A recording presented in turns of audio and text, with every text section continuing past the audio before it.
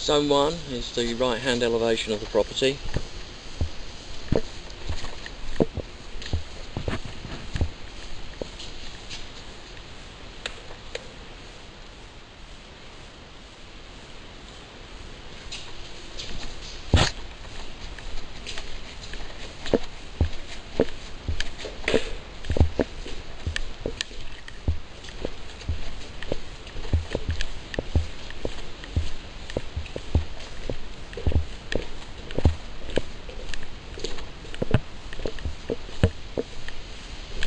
Zone 2 is the flower beds on the left elevation.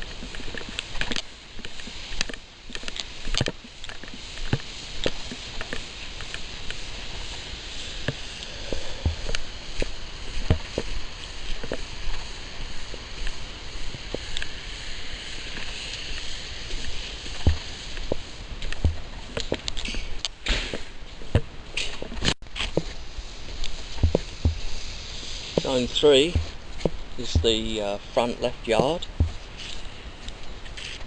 Zone 4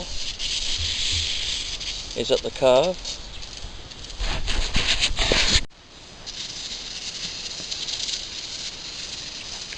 Zone 5 is the front right elevation. Zone 6, 7 and 8, well, Zone 6 didn't come on. Zone 7 has come on. That's the rear yard.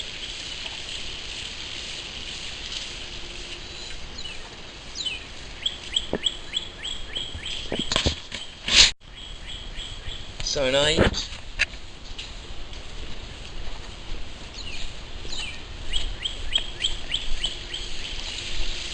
Zone 8 is the flower beds at the rear elevation.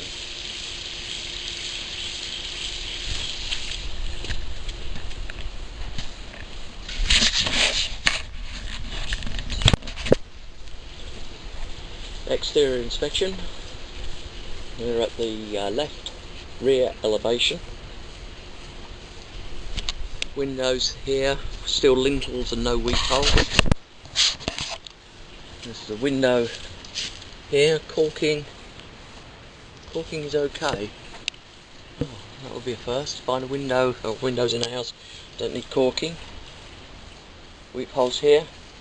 But we have movement in the foundation. There's also movement the other side. You see we've got this crack running up here. It runs up to this elevation here, to the window. It's running from the window down. We have a crack developing here on the corner, running towards the air, the corner of the building, which is what I would expect when we've got a certain degree of settlement. And then up here we have a crack in the window here, brickwork. Again, that confirms we have settlement at the rear left elevation. Moving along this side of the elevation. Yeah, we've got a large crack. It's running from the window down to the expansion joint, and the expansion joint is opening up. This one's been recently caulked, and the crack is running here, and that's big enough for me to get my pinky in, so that's quite a crack. Up here we've got separation around here of the window frame and the window trim from the rest of the building. We've got a hole opening up there, and you can see the trim is springing out.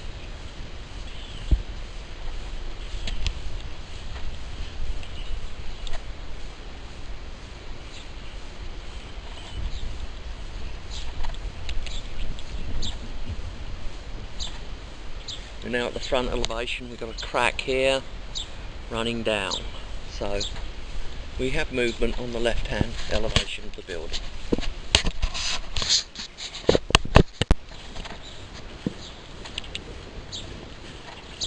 Movement on the left.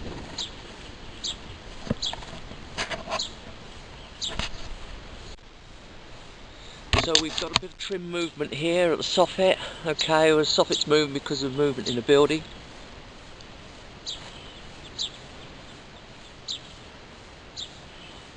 All looks well on this particular part of the elevation, apart from that little crack in the corner there. We're looking at the portico and the windows, and this is where we're looking for caulking.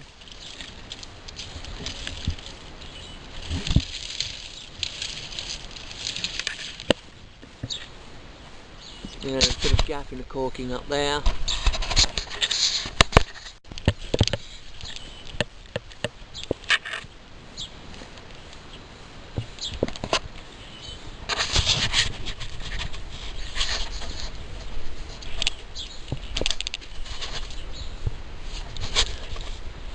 There's a bit of movement in the portico facade here. You can see the cracks around the actual keystone.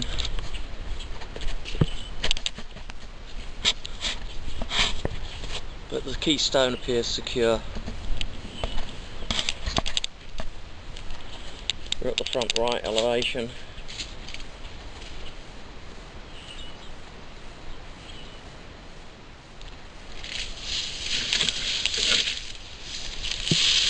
We've got the clear out here. There's the isolation valve.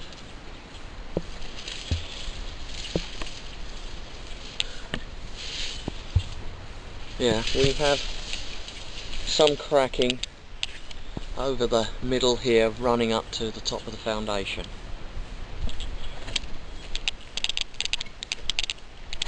We're now at the front right elevation.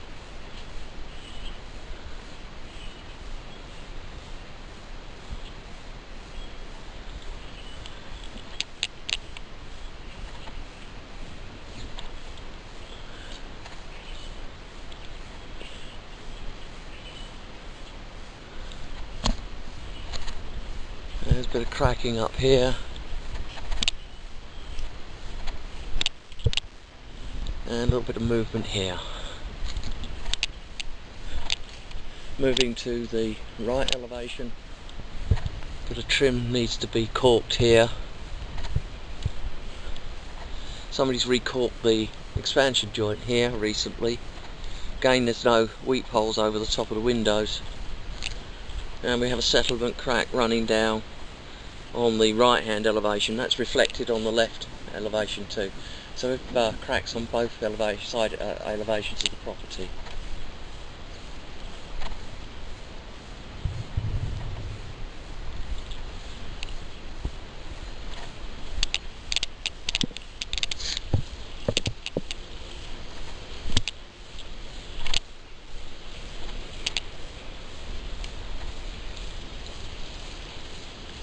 Trim work is shifting there.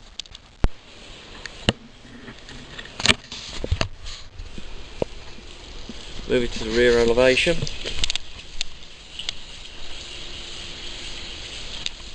Well, we have a porch cover. It's actually been attached to the wall of the house. That's incorrect. Although structurally, looking at it, I think I can let it go because it's just holding this post in place, these bolts. The actual load is being taken by this post down to the ground. Yeah, and it's installed correctly. You see at the bottom we've got a metal foot. So really, this is just to hold it, to steady it. It's not their structural member. And we've got some cracks in the mortar here and here. They should be filled.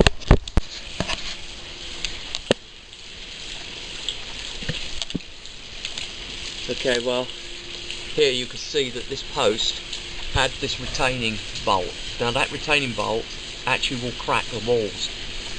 Really, they should be removed. They're not going to help. They don't hold it in place. They just steady it, and there's other ways of doing it.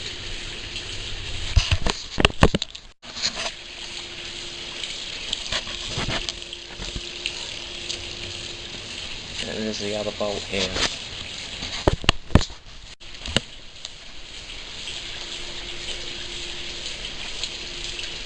Okay, well we have a crack running here.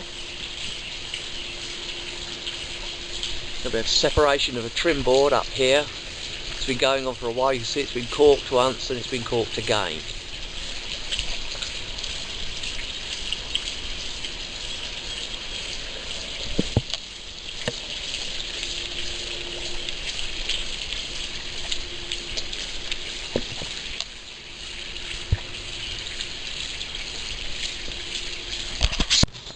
The gutters missing from the building, and from what I can see, we're at the left elevation. There are no soffit vents on the left elevation of the property. See if there's soffit vents at the soffits at the rear elevation. Sorry, that was the right elevation, wasn't it? I'm getting confused here. We're at the mid vents. No soffit vents on this rear elevation.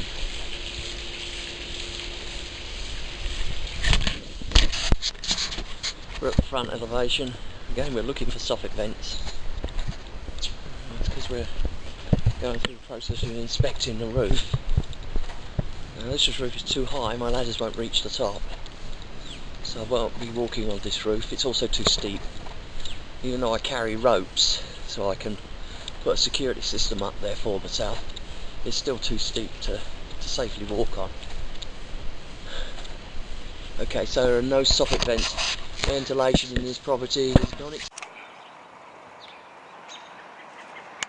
I'm standing at the right elevation. We're looking at the roof, and there's possible hail damage on this roof. There's a number of shingles that have been damaged.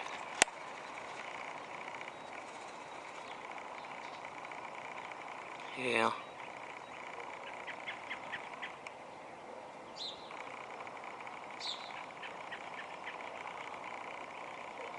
Now I can't get up close because it's too high. I don't have ladders sufficient for this height of roof. Let's move on to this elevation here.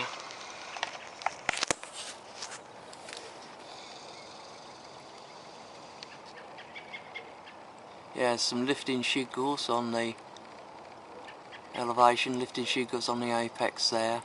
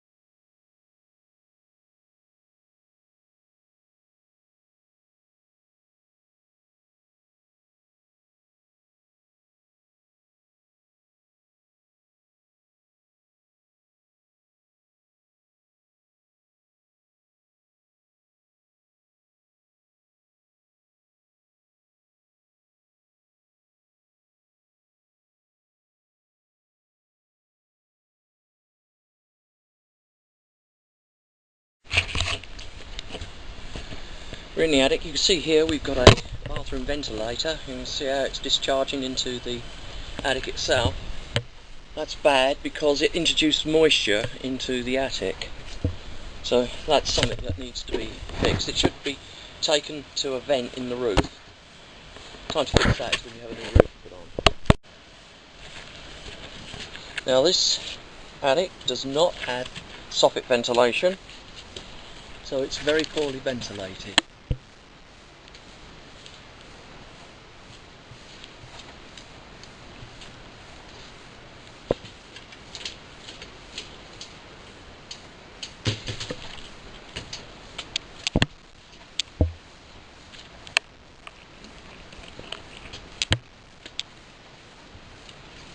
There's a P-trap missing from around this ventilator, and there's mould on it. Now I would expect that because the attic is not ventilated, it's very damp. Any moisture getting in here is going to lay and stay there. Not a lot of evidence of moisture in the trays themselves, which is a good thing.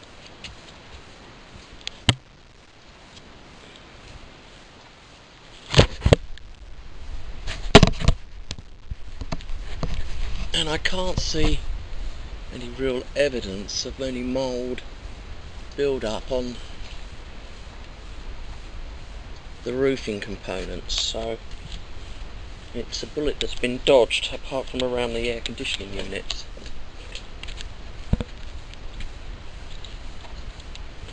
We have a single, two turbine vents. That's 2 square foot of ventilation.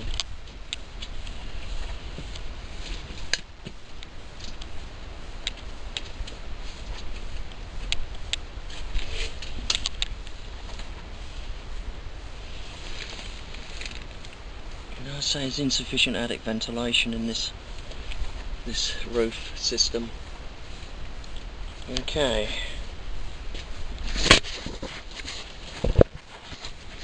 Just while we're here, we'll look at the furnaces. Well, we've got no drip legs on the gas supplies. We have a steel pipe going in there, but we have a flexible pipe going in here.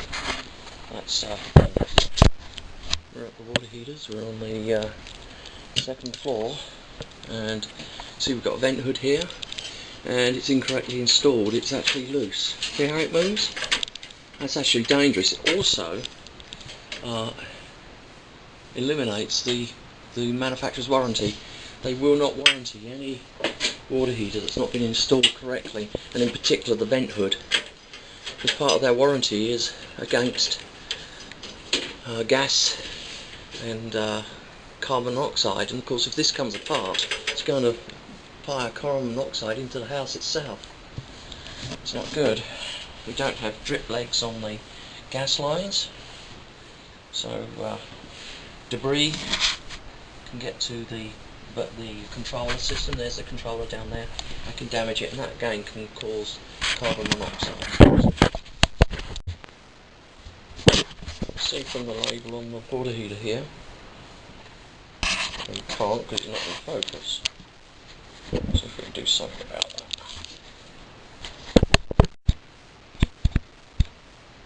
Now it's in focus. You can see our date here. Manufacturing date is August 2011. So this was installed after it. Now this was installed without a permit. The plumbers, whoever installed it, made some really bad mistakes. Not securing the vent hoods, both of them. Carbon monoxide risk of poisoning, you could all die. Not putting drip legs on, carbon monoxide risk, you can all die. So this is unprofessionally installed, and they didn't install it with the proper. The window seal, the seal on the windows, the double glazed windows, have gone on a number of windows. I see the telltale fogging. This is caused by the heat of the sun. It heats up the window. It cools down. This is repeated constantly through the years. And in the end, the seals break.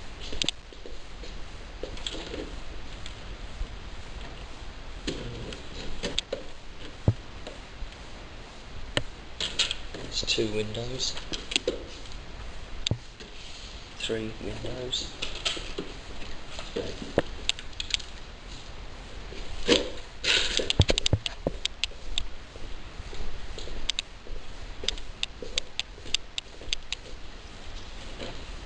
Four windows. 5. So far, all the seal's gone. 6. Yeah, and these window sills have gone too. Get over here. Can't see it very well. Down this side. The sun's getting in the way here. Yeah, you can possibly make it out on the video, but those windows have gone. 7, 8, 9. 9 windows.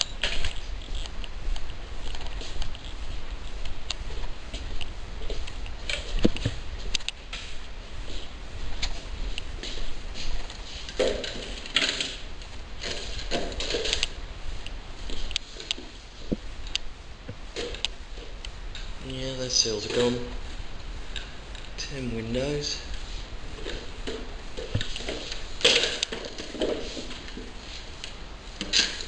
10 windows with the sills gone. Let's go upstairs. I think what you can honestly say is that any of the windows that are south-west facing are going to have the sills gone because of the age of the building and the concentration of the sun on the windows. Yeah, 9, 10. We've got, I would say, yeah, I can honestly say the majority of the windows, the sills have gone. Let's go and look at the front elevation, which is where the sun's going to be most of the time. Here we are.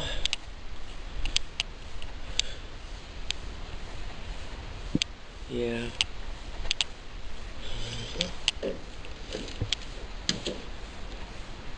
Broken and damaged screen there.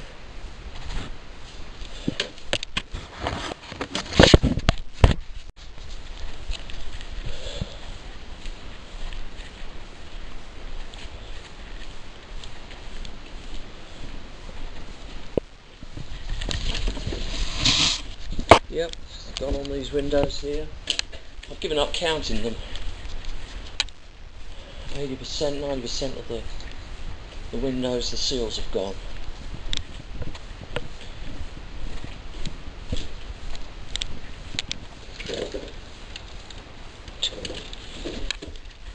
Yep.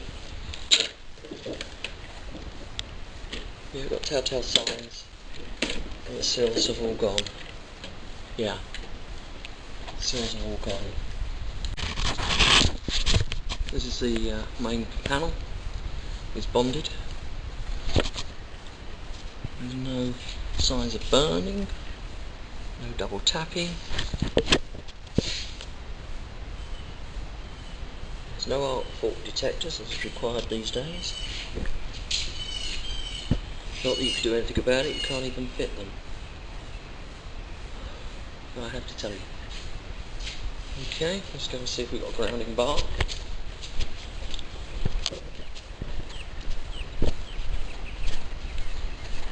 Here's the ground.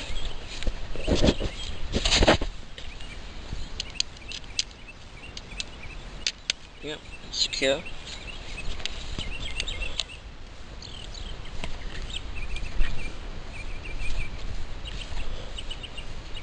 And the meter's secure. Now here's an innocent little modification. We've obviously got a chase here, and a previous owner or their current owners decided, well, there's a bit of storage space under there. I'm going to open it out and I'm going to install a door, and now I can store things there. Here's the problem. This is a garage and it's actually designed to keep a fire back.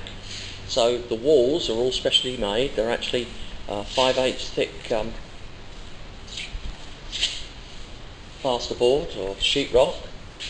Even in here should be 5/8 sheetrock all the way around, 5/8 sheetrock. But here, fumes from gasoline and cars can get into the house, and that could cause a fire. This is not a fire break. This door here is a fire break. Got a seal on it. It's a metal door, special door.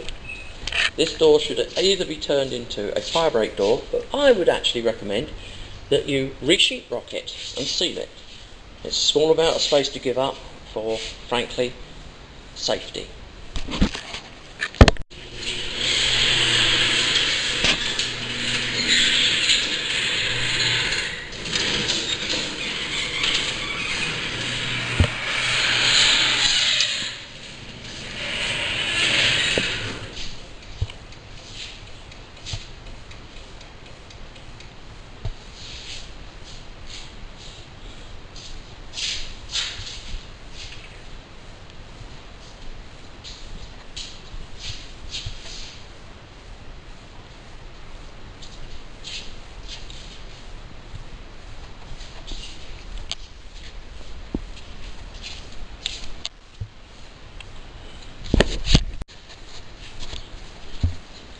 Air conditioning units. I'm just looking at the overall condition of the two units. There's some hail damage on the top here. The pipes here do not have insulation on them, they should. It's all in pretty poor condition, and there's exposed cables here. Now I've turned the unit on, but it's not come on, so as we are at the moment, there is no air conditioning. The air conditioning to the property does not work. Yeah, so here we got exposed terminations, we've got exposed cold pipe, decaying insulation.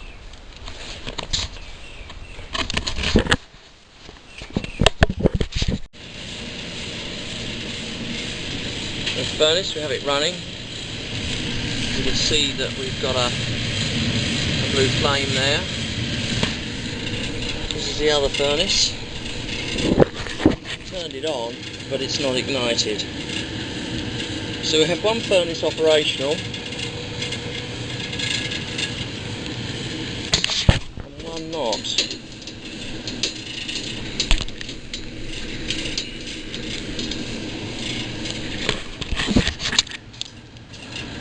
Yeah, it's not going to come on, it seems yet.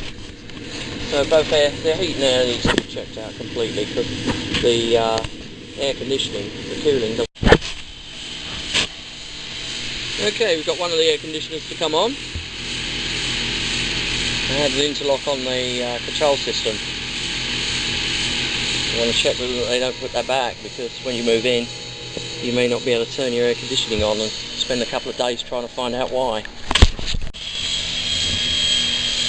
We've now got the second compressor to run, so we have air conditioning, contrary to what I thought earlier, which is good news. We have a leaking faucet at the rear elevation. You can see the water is actually coming out of the spigot, the actual valve spigot itself, so that needs to be repaired.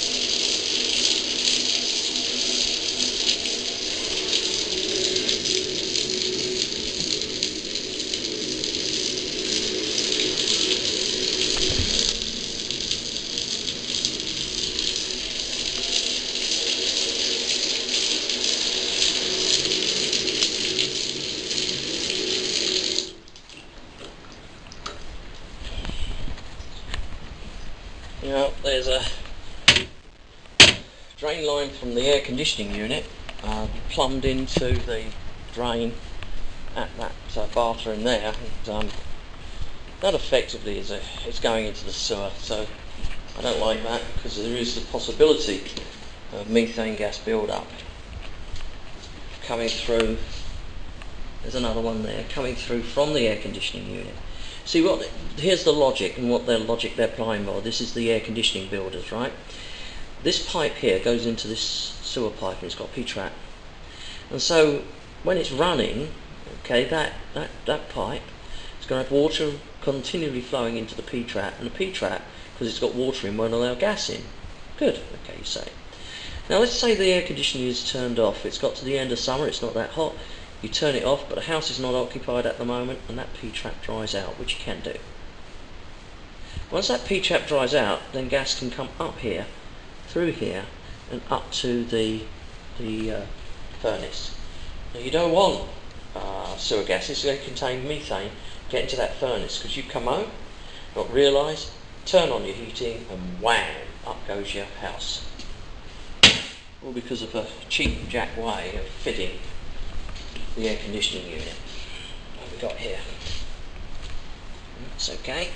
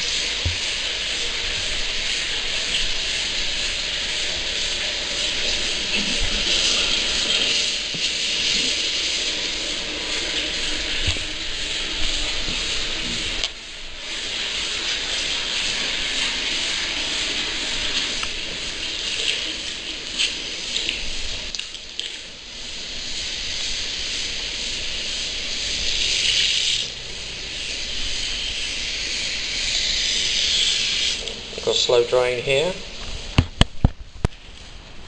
Here we have the isolation valve. See, we can't see it, it's been covered up, it's buried. It needs to be dug out and repaired probably. Anyway, I can't dig in there, so I'm not going to do that. Now we've got a clear out, and we've got the anti-siphon for the swimming pool.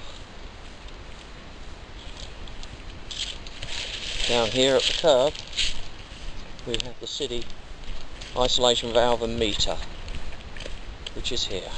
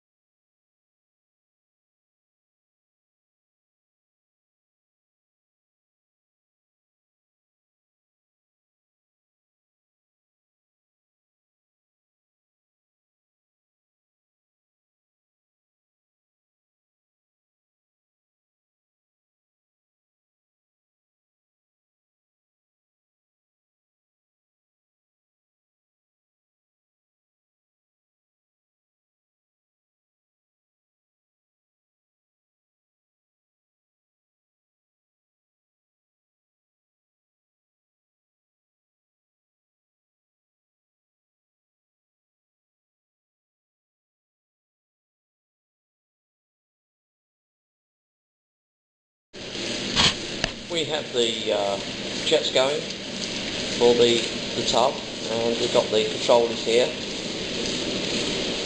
Works perfectly. And we should have a GFCI, and we should have access, and we have neither. There's no access through this panel here to get at the pumps. What will happen is they will cut this hawking here to remove this panel to get at it. It's done because it looks better, but it can be a little inconvenient. We should have a GFCI available, and we do. We have one here. And we can trip it. And now, when I try to turn on the jacuzzi pump, it shouldn't come on. It's not come on. Let's reset the unit. And on it comes. All's working perfect.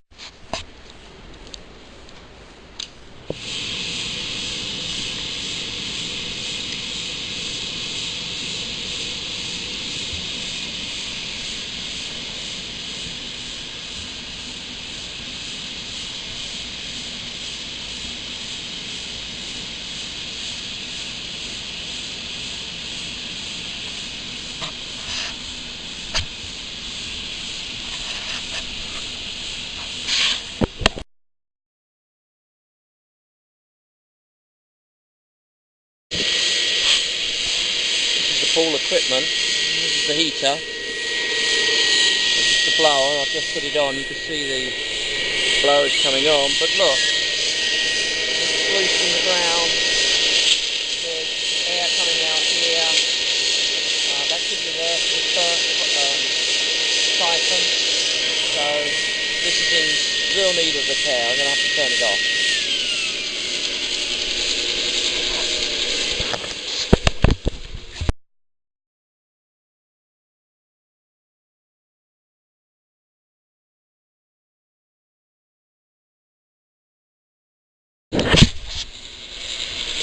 The pump's running. The problem is, I don't know. Oh, that seems okay. It seems quite secure. We've got a ground on it, which is good news. We've got a poorly repaired joint here. When you get these, they break. You can repair them. I wouldn't advise it. I would want to see this whole pipe here replaced, because this is never satisfactory, having those type of repairs. We've got 20 pounds through the filter. Let's see if we can get the furnace to come on.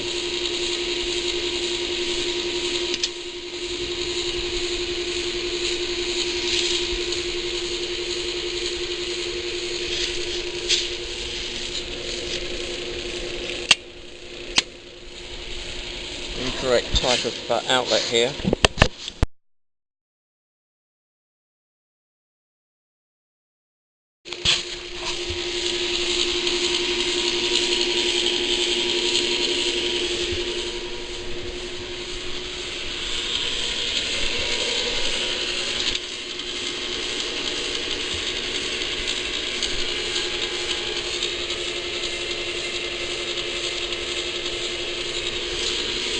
Well, we don't seem to be having any luck with the heater. Let's see if we can find its gas supply. Oh, here it is. Sound off.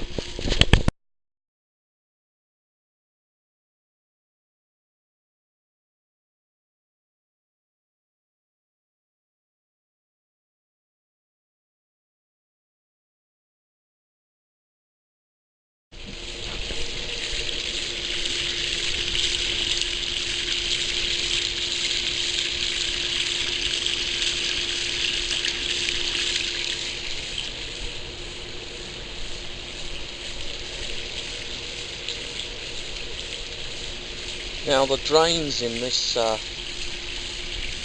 this jacuzzi spa are incorrect. They are not the anti-entrapment drains.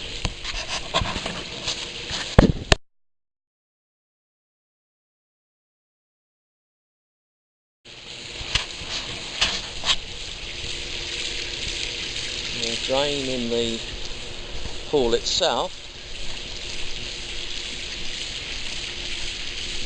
is also incorrect. It's not an anti-entrapment drain.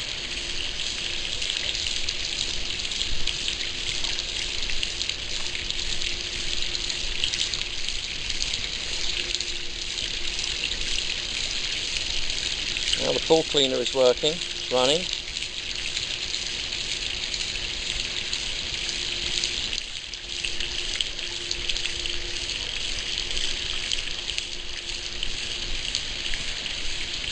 So in summary, anti-entrapment drain leads covers need to be fitted to both the spa and to the swimming pool.